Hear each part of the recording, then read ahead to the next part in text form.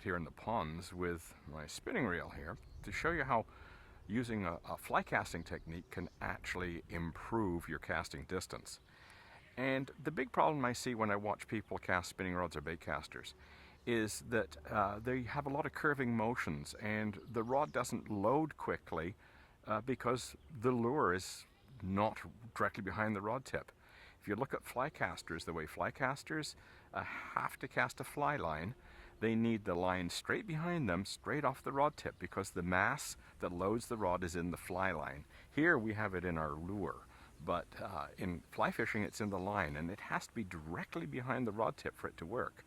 If the line is sort of flopping around and not doing very much, they don't get any kind of rod load going, and without that rod load they can't make a cast. Same thing with this. If our lure is kind of bouncing around behind us, it's just dangling, it's not behind the rod tip when we start the forward stroke of the cast, we don't get the full load until we've got it straightened out. So you're about halfway through the casting stroke before the rod really begins to load with the mass of the lure.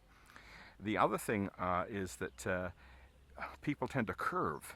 And if you're curving your rod as you cast, you're never going to be accurate and you won't get great distance. And this is something we do in fly fishing. We talk about straight line path. We want the rod tip to go in a straight line as we're casting our line. And we want to do the same thing with this. Now we can start off with a funky curving motion, which gets that lure behind the rod tip, but once we make the cast, we want that rod tip traveling in a straight line. You'll get better distance and you get better accuracy. And if you watch the pros on TV, that's exactly what they're doing. They may go like this to start, but they're just getting that bait behind the rod tip and then boom, dead straight. And that's what we're going to show you here. I'm just going to take a simple cast and go straight behind the rod. That is about 150 feet maybe. And I'm into weeds. I didn't know there were weeds over there. Oh dear.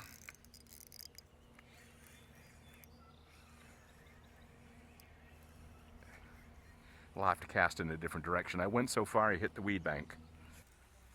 So if we watch this carefully, you'll see that my lure goes right off the back of the rod tip.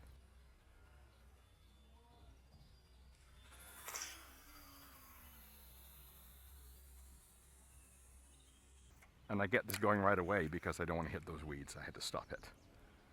You get an idea how far that was going, that I actually had to stop the flight of the lure, or else I would end up in that weed again. So I'm going to go in a little bit different direction. Just pay attention to how I get the lure straight behind the rod tip before I make my forward cast.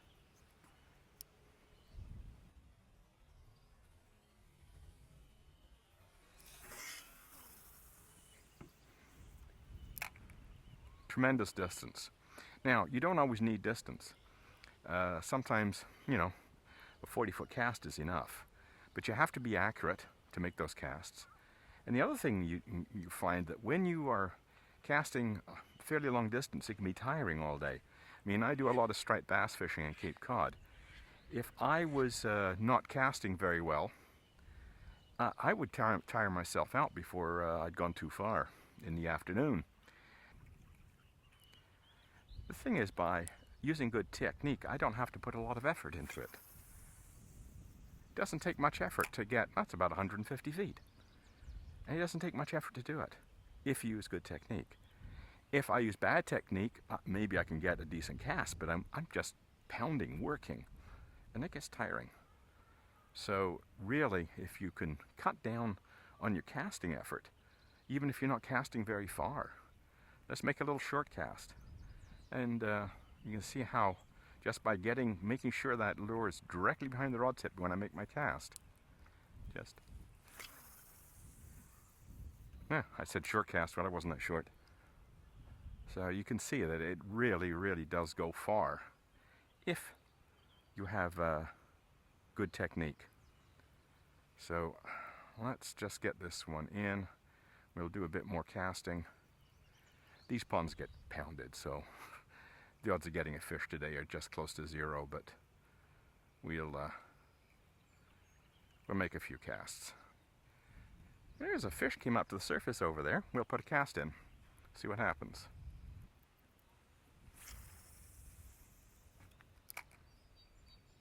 So what I'm saying about accuracy, I put that cast pretty well exactly where that fish was. Maybe just a little bit beyond it, I should say. Being able to keep everything in a straight line ensures that you get exactly the cast you want.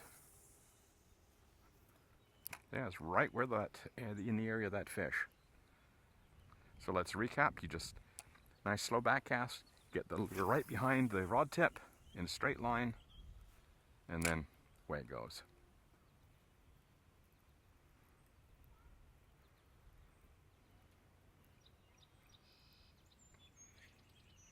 You can see how long it's taking me to retrieve it. It gives you an idea how far out this has gone.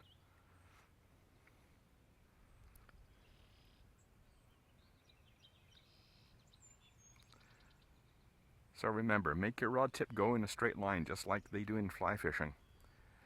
And you could say you can start off with a curving motion, an underhand motion, but that's going to get that lure behind the rod tip, get it tight to the rod tip, and then drive in a straight line. And you'll get a great cast out of it. So nice and slow back, straight behind it. Away we go. Okay, you can get an idea of the distance I was getting out of this setup just by making sure that the lure was straight behind the rod tip, and then when I made my forward cast I made sure the rod tip went in a straight line. It gives you both distance and accuracy, and it cuts down fatigue for casting all day. It makes it very easy. And this is a fly casting concept of just making everything go in a straight line. And as I said, you can start with an underhand motion before. That gets the lure behind the rod tip, and then you go in a straight line. So you can have curving motions to start as long as the lure is tight behind the rod tip. And then when you start going forward, you want to make sure it goes dead straight. That rod tip goes dead straight, the lure goes where you intend it to go, not someplace else. So give that simple concept a try. Make your rod tip go in a straight line. You go further, you'll be more accurate, and you'll work less hard. So give it a try. Cheers.